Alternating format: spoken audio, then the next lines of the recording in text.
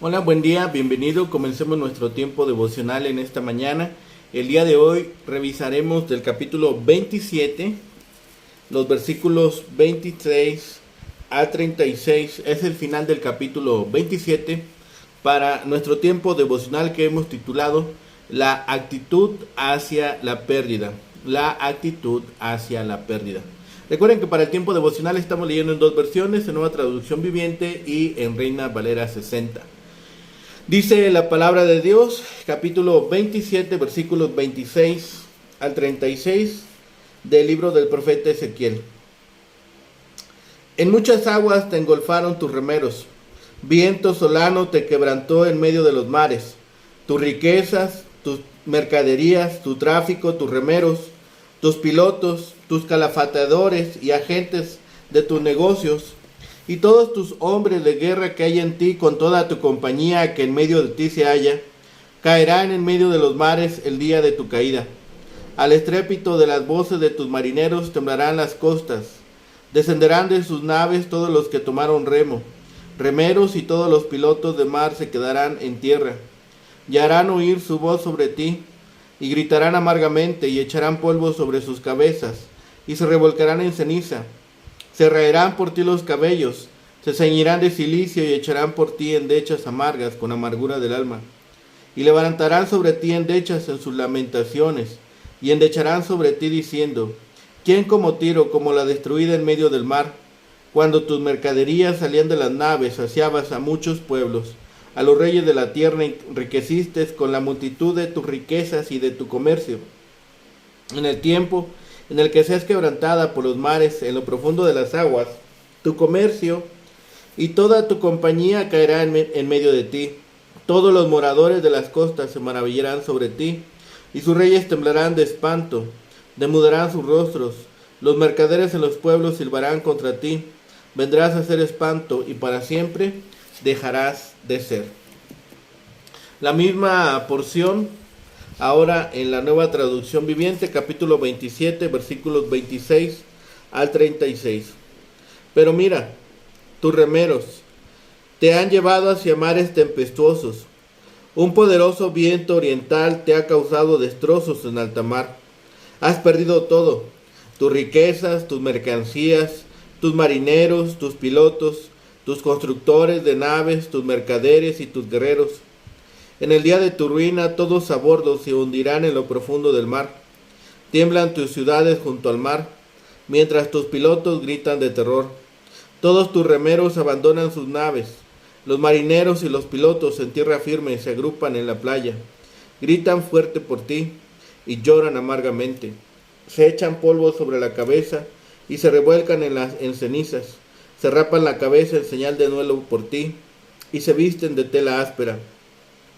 Lloran por ti con gran amargura y profundo dolor, mientras se lamentan y gimen por ti. Entonan este triste canto fúnebre. ¿Hubo alguna vez una ciudad como Tiro, que ahora está en silencio en el fondo del mar? Las mercancías que comerciaba saciaron los deseos de muchas naciones. Reyes de los confines de la tierra se enriquecieron con tu comercio. Ahora eso eres una nave que naufragó, deshecha en el fondo del mar. Toda tu mercancía y tu tripulación se hundieron contigo. Todos los habitantes de las costas se horrorizarán de tu terrible destino. Los reyes están llenos de terror y lo ven con cara retorcida de espanto. Los mercaderes de las naciones menean la cabeza al verte, pues llegaste a un horrible final y dejarás de existir. La actitud hacia la pérdida. Esta tercera sección, de nuevo en poesía, describe el catastrófico naufragio de Tiro. La violenta tormenta del este se refiere a Babilonia, al este de Tiro. El barco de estado de Tiro estaba a punto de hundirse, con la pérdida de su pueblo y de su riqueza. Es aquí donde se relata el naufragio de la nave. El viento solano, los babilonios, le harían naufragar. Las demás naciones temblarían por la caída de esta ciudad igualmente. Es el hundimiento del barco. La admiración se convierte ahora en desolación. Pero mira, dice, tus remeros están remando tu barco a un huracán. Tu poderosa embarcación se tambalea con este poderoso vendaval oriental. has naufragado en el corazón del mar. Llega la tormenta que fue prometida en el capítulo 26, y el gran barco se hace añicos en las poderosas aguas. El viento del este habla de la invasión del ejército babilónico. La valiosa carga, el hermoso barco y la tripulación capaz se pierden en el corazón del mar. Pero eso no es todo. Los agentes, los corredores, los comerciantes y los clientes de Tiro sentirán las repercusiones del hundimiento del barco. La gente se parará en la orilla y lamentará el fin del vasto sistema mercantil que les dio empleos, ingresos y seguridad. Algunos de los comerciantes silbarán cuando escuchen las noticias, probablemente como una respuesta conmocionada a la tragedia.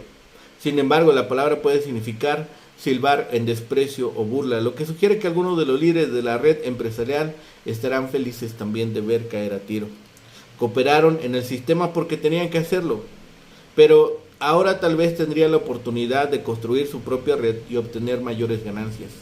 Esta gran lamentación es una demostración anticipada de lo que el mundo entero hará cuando el sistema de Satanás, la gran Babilonia, se derrumbe antes de que el Señor regrese para restablecer su reino. No importa cuán eficiente, cuán rico y hermoso pueda ser el barco estado, cuando el Señor decide hundirlo, nada puede detener su mano. Cuando la reina Victoria celebró su jubileo de diamante en 1897, Rudyard Kipling publicó su poema Recesión, que sonó una palabra tranquila de advertencia a una gran nación algo intoxicada por su vasto imperio. Cuando la gente lee el tercer versículo, nos preguntamos si alguno de ellos pensó en la descripción de Ezequiel de la nave del Estado. Todo esto nos lleva a pensar que solo las embarcaciones que eran capaces de transportar carga pesada y de hacer largos viajes hasta España o Cerdeña se clasificaban como naves de Tarsis. La destrucción de Tiro, que se describe en el capítulo 26 como el mar que hace subir sus olas, se presenta aquí como un navío mercante pesado que se hunde en una tormenta. Todos los que estaban vinculados con la actividad industrial o mercantil en todo el mundo lamentarían la pérdida de Tiro, porque la destrucción de su imperio comercial significaría también una pérdida para Tiro, porque la destrucción de su imperio también acabaría con la prosperidad para ellos. La referencia que se hace a este silbido en el versículo final de esta sección probablemente es una expresión de desaliento y asombro, más bien que de burla podría ser. Así los reinos y estados más poderosos y magníficos caen tarde o temprano. Los que hacen de las criaturas su confianza y descansan sus esperanzas en ellas caerán con ellas. Dichosos los que tienen al Dios de Jacob como su ayuda y cuya esperanza está en el Señor su Dios, que vive por siempre. Los que se meten en el comercio deben aprender a realizar los negocios conforme a la palabra de Dios. Los que tienen riqueza deben recordar que son los mayordomos del Señor y deben usar sus bienes para hacer el bien a todos. Busquemos primero el reino de Dios y su justicia. Con esta descripción del naufragio de la nave, que en la alegoría representa a Tiro, el profeta quiere representar la destrucción de la ciudad. El viento solano que se menciona como causa de la destrucción del barco era probablemente un viento oriental, peligroso para las embarcaciones en esas aguas. Así como el gran barco fue quebrantado en el mar, en la misma forma será el quebrantamiento de la gran ciudad comercial. El hecho de que la ciudad estaba edificada sobre una isla hace más apropiada la figura que emplea el profeta. Es posible que el profeta quiera representar alegóricamente a todas las pequeñas naciones y colonias que negociaban con Tiro y que ellas habían de sufrir pérdidas comerciales en su destrucción. Dice, y descenderán de sus naves todos los que toman remo y harán oír su voz sobre ti. En el Apocalipsis, en el capítulo 18, tenemos un pasaje paralelo a este, en que las naciones que sostenían relaciones comerciales con Roma lamentan el triste destino de aquella gran ciudad militar y comercial. Pero lo perderás todo en el día de tu naufragio, dice versículos 26 y 27. El viento del oriente puede referirse no solamente a una tormenta en el mar, sino también a donde estaba la amenaza de Tiro, la Babilonia que estaba al este de Tiro. En los versículos 30 y 31 Hay una lista de 7 señales tradicionales de duelo: gritar amargamente, echar polvo sobre la cabeza, revolcarse en ceniza, raparse la cabeza, ceñirse con cilicio, llorar intensamente y entonar un lamento. Tus vecinos y socios mercantiles se espantarán y dejarán de existir. Es así como la caída en medio de los mares, que se traduce como opulenta, cabot, que se usa para algo pesado y glorioso, se relaciona con la caída que puede notar la sutileza del profeta. Fue justamente su peso lo que hizo que ella cayera tan estrepitosamente. Engrandecerse a uno mismo es el primer paso para el hundimiento. En segundo lugar, el texto ya mencionado, el tipo de personal que utilizaba. Sin embargo, nada de esto pudo evitar el viento de Oriente Solano. El viento era símbolo de la acción de Dios, una lección importante, lo mejor del esfuerzo, capacidad y habilidades humanas representadas, no pueden hacer nada contra el accionar de Dios.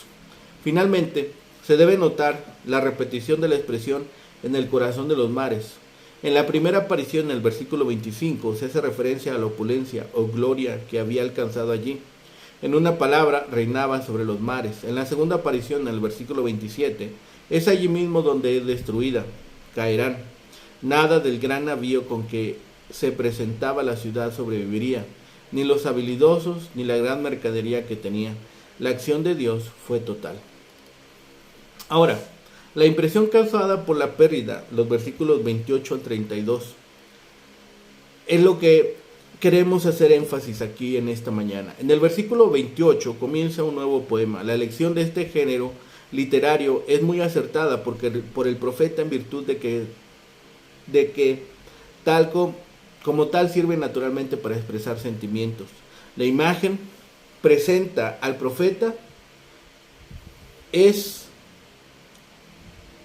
un grupo de marinos expertos gritando a viva voz por su impotencia para impedir el naufragio.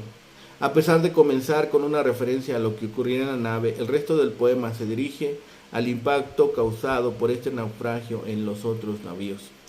El texto presenta una lista de señales de dolor. Algunas son más evidentes, como por ejemplo echarán polvo sobre sus cabezas, se revolcarán en las cenizas, mientras que otras son internas, como por ejemplo amargura de alma. Se podría decir que en este pasaje se encuentran 3 tipos de manifestaciones de dolor. La primera, como ya se ha mencionado, son las externas, que tenían a lo largo del Antiguo Testamento un valor simbólico. El segundo tipo es representado por las manifestaciones internas expresadas en los llantos, que en 3 ocasiones califica como amargo, mara. Las manifestaciones externas de las que se habló con anterioridad mostraban esta amargura del alma, frase que significa amargura profunda. El tercer tipo es el indicado en el versículo 32, entonarán por ti un lamento, es decir, una canción fúnebre, como ya se ha indicado anteriormente. Nuevamente se debe notar que se ha personificado la ciudad. Si se lee cuidadosamente el texto, se puede notar que 4 veces se usa la expresión por ti. Tan fuerte énfasis en esto quiere sin duda decir 2 cosas. La primera es que nunca pensaron que justamente a ellos les podía ocurrir la destrucción tan amplia como la que debieron enfrentar. Pero también puede querer indicar que como su modelo, lo que les ocurriría a ellos era algo que podría pasarles también a cada persona. En esencia, este tipo de descripción de reacción ante la caída de Tiro implicaba a sus ojos que cualquiera podía caer. Ni la potente Babilonia, en momentos en que escribía el profeta, ni ningún imperio o poder humano podía ni puede resistir al poder de Dios. Nuevamente hay una ironía en el texto. A la voz gritarán de los marineros, le sigue el haber sido silenciado en medio del mar. Es esta actitud ante la pérdida. El lamento comienza con una pregunta retórica, pregunta que por su formulación muestra que la respuesta es negativa. ¿Quién como Tiro? La respuesta natural es nadie, lo que está tratando de mostrar que esta ciudad era sin igual. Una vez presentada la característica sin igual de la ciudad, el profeta recuerda la gloria pasada de la misma. Parece una evocación nostálgica del comercio y los beneficios que todos tenían por el mismo. De la mirada sobre el pasado, el autor pasa al triste presente. En realidad, cuando el profeta está escribiendo, todavía Tiro está disfrutando de su supremacía. Seguirá siendo por lo menos otros 200 años más. Sin embargo, desde el futuro asegura el presente. Los versículos 35 y 36 contienen la actitud de los habitantes de las costas y de los reyes. Esta puede ser presentada con las siguientes expresiones. En primer lugar, causó horror o terror. Una mejor traducción es decir que quedaron pasmados o inmovilizados. No esperaban esta situación, así que inicialmente no supieron cómo reaccionar. El versículo 36 contiene la segunda reacción. Los pueblos silban a causa de ti. Esta es una frase que necesita ser explicada. Se puede interpretar como objeto de burla, como hemos dicho, o de asombro. Aun cuando se interprete como burla, no deja de ser una señal de asombro. Por otro lado, si se compara con el capítulo 26, versículo 2, cuando los de Tiro se burlaban de la destrucción de Jerusalén, ahora están recibiendo la misma paga. Posiblemente se deban ver las distintas reacciones como un proceso. En tiempos de desarrollo y riqueza, muchos acompañaron a Tiro. Luego su destrucción causó asombro, para luego terminar siendo objeto de burla. A partir de aquí, podemos ver que el texto tiene un valor o enseñanza que podemos contextualizar. Como dicen los autores de la obra, buscando las escrituras, los versículos 5 a 11 nos dan una descripción del navío, los versículos 12 al 25 de su cargo y los versículos 26 al 36 de su naufragio y pérdida total, con el duelo ampliamente difundido que le siguió. Así que Ezequiel estaba llegando al clímax de su profecía. Había descrito la maravillosa construcción del barco, el exitoso comercio, y luego describe de forma de lamento el catastrófico hundimiento de la embarcación. Ezequiel de nuevo usa la poesía para acentuar la tragedia. La destrucción de Tiro procedió precisamente del lugar en donde se sentía más cómodo, el mar abierto. En muchas aguas el viento solano iba a quebrantarlo en medio de los mares. La mayoría de los navíos trataban de navegar cerca de la orilla para evitar naufragar durante las tormentas. Pero el barco, que era Tiro, se aventuró a comerciar en alta mar y se vio atrapado en una violenta tempestad. En el otoño e invierno el clima del mar Mediterráneo es impredecible y peligroso para la navegación. Una tormenta proveniente del oriente o nordeste haría que el barco se alejara de la costa y se adentrara en el océano, donde tenía pocas posibilidades de sobrevivir. Ezequiel usa una vez más el viento solano, con doble significado. Aquí la violencia de la tormenta del oriente se refiere a Babilonia, ubicada en este punto cardinal con respecto a Tiro. El barco, que era Tiro, estaba a punto de irse a pique junto con toda su gente y sus riquezas. Se iba a hundir en medio de los mares. La destrucción de Tiro fue súbita. El sol se puso al mediodía, y toda su pompa y opulencia, su dignidad y su poder no hicieron sino agravar su ruina. Ahí la tenemos como un gran navío ricamente cargado que se hunde por la indiscreción de sus remeros. A alta mar te condujeron tus remeros, sin percatarse de la tempestad que se cernía a sotavento, así que el viento solano te quebrantó en medio de los mares. Los gobernadores de la ciudad se enredaron en una guerra con los caldeos, que fue la ruina del país. Con su insolencia provocaron a Nabucodonosor a invadirles, y con su obstinación le enfurecieron hasta tal punto que decidió acabar con ellos, y como un viento solano los quebrantó. Todas las riquezas quedaron sepultadas en ella. Tus riquezas, tus mercancías, tu tráfico, tus remeros caerán en medio de los mares el día de tu ruina. Todos los que tienen a su cargo la nave, los marineros, es decir, los gobernadores y los potentados del país, gritarán tan alto que se estremecerán los suburbios de la ciudad. No es seguro el significado del vocablo hebreo migroshot, que significa las olas, esto es, las flotas que por entonces surquen los mares junto a Tiro. aunque en todos los demás lugares de la Biblia, Migrash denota las dehesas que rodean una ciudad. También podrían significar los vecinos distritos costeros. Llegamos a la culminación de este capítulo, también pensando en los países vecinos que iban a llevar el luto por Tiro. Iban a gritar amargamente, a echarse polvo sobre sus cabezas y revolcarse en ceniza. Iban a raer sus cabellos y a ceñirse de cilicio, que eran símbolos de dolor intenso por una desgracia personal. La gente iba a lamentar la pérdida y a levantar endechas sobre Tiro. Ezequiel pronunciaba así este segundo lamento dentro del lamento mayor. ¿Quién como Tiro, como la destruida en medio del mar? Toda la gente que había comerciado con la otrora exitosa ciudad iba a quedar pasmada por la súbita pérdida y el consecuente silencio de la misma. A Tiro se le echará entonces en cara su anterior prosperidad. La que antes era Tiro la renombrada será llamada Tiro la quebrantada por los mares en lo profundo de las aguas. La reacción de los espectadores será muy diversa. Unos quedarán atónitos de espanto, temblando, demudando el rostro.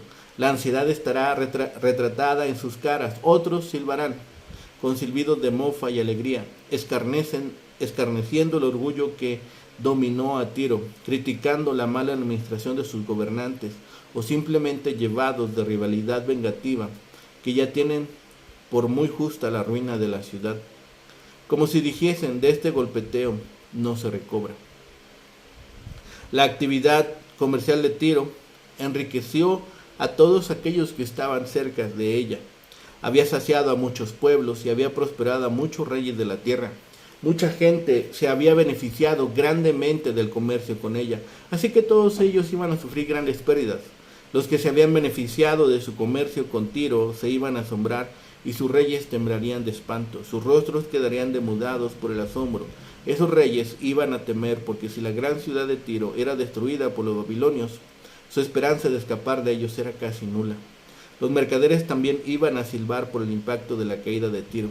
Eso no indica necesariamente burla o escarnio. Por lo general, el término expresa asombro. Los hombres de negocios iban a asombrarse porque el orgullo de la flota habría sufrido un final terrible. No está de más terminar el comentario de este capítulo con la aplicación devocional de Feinberg, Rico sin Dios. El informe sobre Tiro tiene una relevancia especial para nuestros días, pues las áreas en las que sobresalía y por las que constituía la envidia de todo el antiguo mundo son precisamente los campos en los que toda nación moderna intenta afirmar su superioridad. Pero Tiro tiene un mensaje para nuestra época, y es que las riquezas sin Dios son incapaces de satisfacer el corazón del hombre, y con frecuencia impiden a muchos depender de Dios.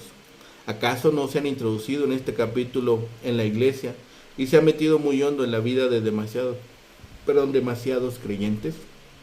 Así es el naufragio de esta nación. La metáfora del barco Tiro, con la que comienza el capítulo, continúa hacia su terrible clima, cargado con la mercadería que le trajo prosperidad. El barco se ve atrapado en una tormenta en el mar, mientras el viento del este sopla y provoca una tormenta de tal violencia que el barco es aplastado por su poder. El barco se hunde en medio del océano, llevándose consigo bajo las olas a su tripulación y su valiosa carga. Y a medida que la noticia del naufragio se extiende a lo largo de la costa, los marineros de los puertos costeros salen a pararse a la orilla, donde los restos del otrora poderoso barco son arrastrados por las olas del océano. Allí, en la orilla, los marineros lamentarán la pérdida del poderoso barco, sabiendo por su propia experiencia el poder de una tormenta en el mar. Levantarán un lamento por Tiro. Otros barcos habían naufragado en el pasado, pero la pérdida de uno de los mejores barcos que jamás haya desafiado las olas fue un evento terrible. Tal vez con ironía el poeta elabora sobre el significado de la pérdida. No es la tripulación ahogada la que es el foco de lamento, sino la pérdida de un gran barco que proporcionó a la gente y a los reyes de la tierra una mercancía valiosa. En su lamento metafórico, el profeta extrae una serie de lecciones que pertenecen a todos los viajes de la vida. La primera lección ya ha sido notada en los versículos anteriores. El orgullo conduce inevitablemente al naufragio.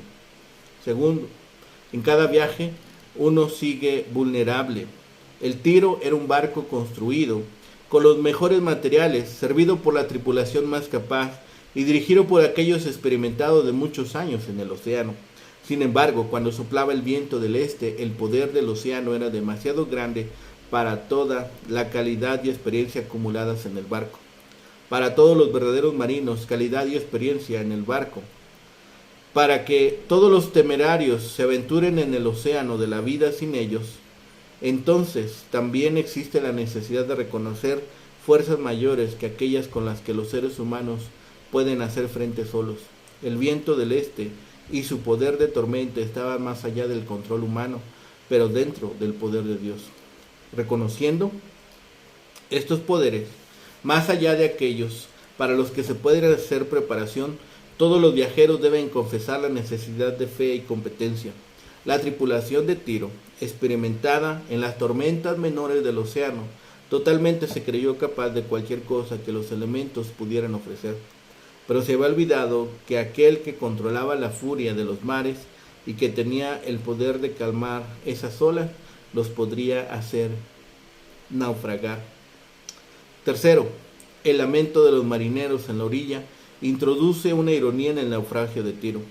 El pecado de la ciudad había sido su deleite perverso sobre la ruina de Jerusalén.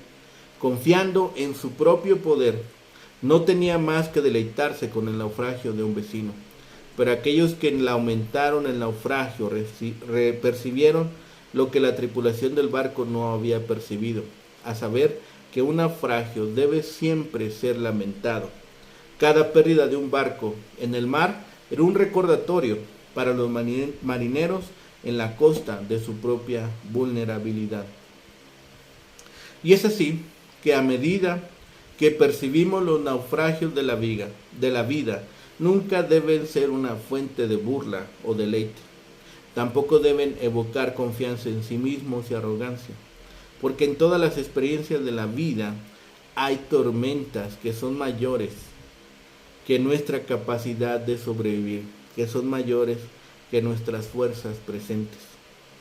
Reconocer y lamentar la tragedia debe introducir un conocimiento de nuestra propia vulnerabilidad y así sacar de nosotros esa confianza en Dios, que es el único que puede calmar las violentas furias del mar, que es el único que nos puede conducir a buen puerto. Oremos y estemos pendientes de que en todo dependamos de Dios, de que en todo recurramos a Dios, pero sobre todo que en todo reconozcamos que Él es el que provee, el que sostiene, el que guarda y el que protege y el que nos lleva y conduce a un puerto feliz. Oremos. Bendito Padre Celestial, gracias Señor por este tiempo. Gracias, Señor, por tu amor inagotable. Y sobre todo, Señor, porque en todo y en todas las cosas, Señor, tú siempre nos animas, nos exhortas, nos guías, Señor, hacia la senda de la vida y nos muestras, Señor, aquellas cosas que son importantes. Ahora, Padre bendito, pedimos a ti, Señor, que nos guíes en este día, Señor, que nos animes a compartir con otros de tu mensaje de salvación. Y sobre todo, Señor, que nos permitas dar testimonio, un testimonio vivo a aquellos que no te conocen, para que ellos también puedan acercarse al trono de gracia y clamar Abba Padre. Gracias, Señor, por todas estas bendiciones. Todo lo dejamos en tus manos, clamamos a ti, lo pedimos y rogamos en el bendito nombre de Cristo Jesús, Señor y Salvador nuestro. Amén. Que tengan un excelente día, que el Señor les bendiga.